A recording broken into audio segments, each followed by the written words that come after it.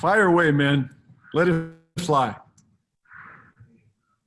You want me to run? You want me to run? You want me to run the show?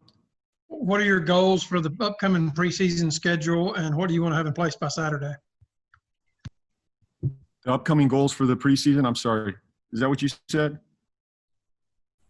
Something you want to get out of Saturday's game heading into it, or is it kind of you looking at all?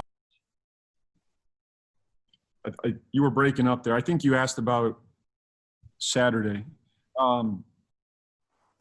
Yeah, looking at different combinations, different lineups.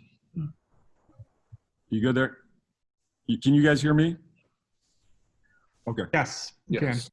Yeah, I was getting some background there. Yeah, Saturday's about evaluation, looking at different lineups, combinations, get a good run.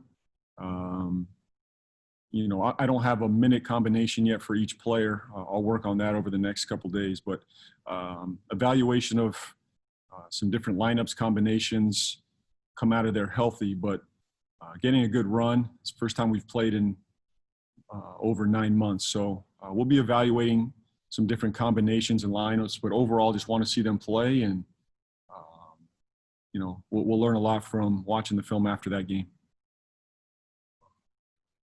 All right, let's go to Rick and then Sam. JB, is there any update on Malik Monk, and who, if any, other players have not been available? Monk's been the only one that's out, and we'll get you some updates on that. I don't have the current update today, and I don't want to give you false information here. So we'll get that to you, Rick. But I think he's very close. I would guess he's in our building today, if not tomorrow. But I'll clarify that and get that to you. Okay. Hey, about a week ago on the radio, I thought you made an interesting comment about you needing to plan for eventualities if there is either little or no G League season. So I wondered what your thoughts were about, you know, when you're obviously going to have, you know, you've devoted 3 second-round picks to rookies. How are you going to mitigate that if Greensboro isn't what Greensboro's been? Well, it's similar to what we've done here a little bit, Rick, over the last couple of years. And, you know, guys that aren't playing or getting a lot of minutes here with us, our program is to get them live minutes here, get them reps as much as we can, 3-on-3, 4-on-4. I think our group does a good job of that. And we're just going to create as much as we can the live reps here. They may not get them in practice, but it may be pre-practice, post-practice, playing live against each other, and, you know, doing our best here to create Greensboro in Charlotte. And right now, Jay Hernandez is going to oversee that, make sure that those guys that aren't getting minutes are continuing to develop and getting the reps that we need. Obviously, it's not ideal. We want the live reps in Greensboro, but we'll do our best to make sure that they're not just sitting there wilting away. We're gonna make sure they're playing and developing, and there's a program in place here for them. Thanks. Let's go to Mark and then Sam. Hi, James. This is Mark Medina with USA Today. I hope you're hanging in there and good to see you. I was wondering, what adjustments do you think are in store with your guys with playing games without fans? And to what extent, because you guys weren't part of the bubble, do you think that leaves you and the 7 other teams at a disadvantage? Because this is going to be something new for you guys. Yeah, it is new for us. But I think they watch enough of the bubble. Obviously, they didn't get to feel it, but it's going to be an adjustment for us, obviously, not having the fans. And like I've said to our players over the last few days, we've got to be the energy in the building. And that's going to be really important, that we communicate, we talk, but we're the energy on the bench, in huddles, in timeouts. And, you know, it's going to really force us to communicate and talk, you know, in these games. So it's going to be an adjustment period, but I think everybody's, you know, obviously everyone's going through it. And, you know, obviously we want our fans back as soon as possible. But until then, we'll make do with this. But I expect our guys to be the energy and the juice in the building. Let's go to Sam. Hey, JB, hope you're doing well. Just talking a little bit more about the preseason game. Does your approach to the preseason this year, is it different than in years past with just how much time you guys have had off? And kind of just a general question. Do you usually do any opponent-specific game planning for the preseason, or not really until the regular season? We won't do any game prep here, opponent prep. We're just going to work on our stuff. And, as I said, Sam, we have not installed a whole lot offensively. We're playing more out of concepts right now. We've got a few sets that we'll go to throughout that game, but we're not going to install a whole lot over the next, couple days in preparation for Toronto. We're just going to do what we do, be who we are, learn from it, and grow from there. We got a few other games to play, obviously, in preseason, but nothing changes for me as far as this preseason. I think for me, it's just about evaluation, getting a good run out there, making sure that we're running the things and doing the things that we've been working on all week in practice. So nothing changes from that end. Thank you. Let's go to Danny and then Richie. Coach Danny Thompson with the three-point conversion. You mentioned this is not a typical preseason. You got five guys that are not on the regular roster, 3 second-round picks, and then now you have 2 preseason games in 3 nights with Sunday, Saturday, and then Monday.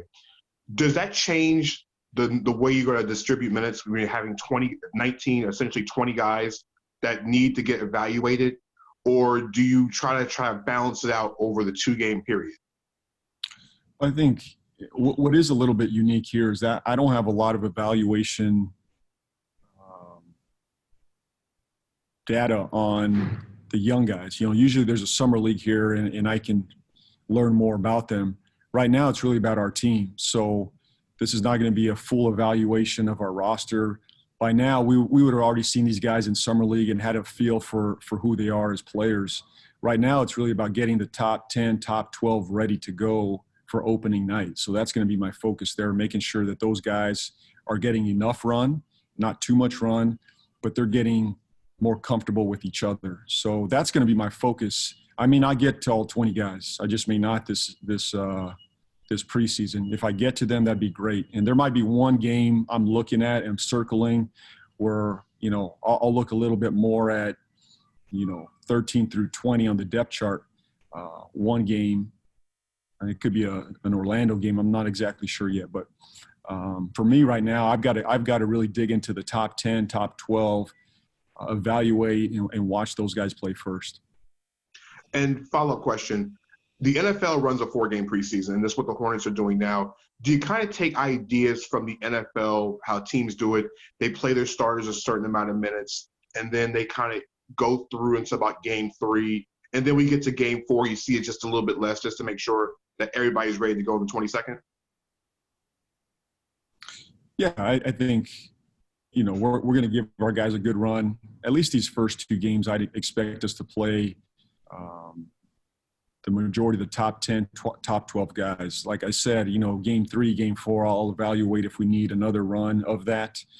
But I need to get these guys up to speed. We haven't played in 9 months, so making sure that they're getting quality minutes, good minutes, and that's going to be my focus here. I'm going to take it game by game right now. And, in the past, I've been able to structure it a little bit differently the preseason. Right now, we have been thrown into the fire, and, I've got to evaluate on the fly right now. So I'll take it game by game. If I have to play the main guys, the main rotation group, all 4 games, I'll do that. I'm not looking to do that. But by game 3 or 4, hopefully I have a better evaluation of what we're going to do, down the stretch. Thanks, Coach. Let's go with Rod and then wrap up with Jason. Hey, JB, you mentioned earlier about how you haven't installed very much system-wise for you guys. Just wondering, with young guys coming in and not much time for them to actually get used to what you want them to do, what kind of challenges for you as a coach to be able to have these guys up to speed when you want them? Meaning you want LaMelo and the young guys to know the offense and defense, what you want to do, where you want to be out there on the floor, I guess.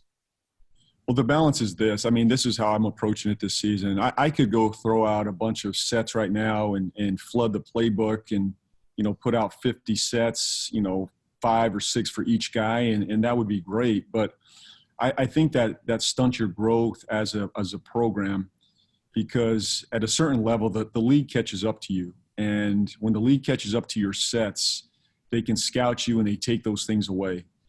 Where we want to be a little bit different, more adaptable, flexible, where we play more out of concepts, that we may run a set, run a play, but no matter what, it always ends in concept play and, you know, positionless basketball.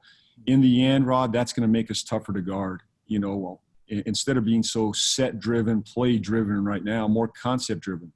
With that comes a little bit of sloppiness, messiness, because they're having to read and react on the fly right now.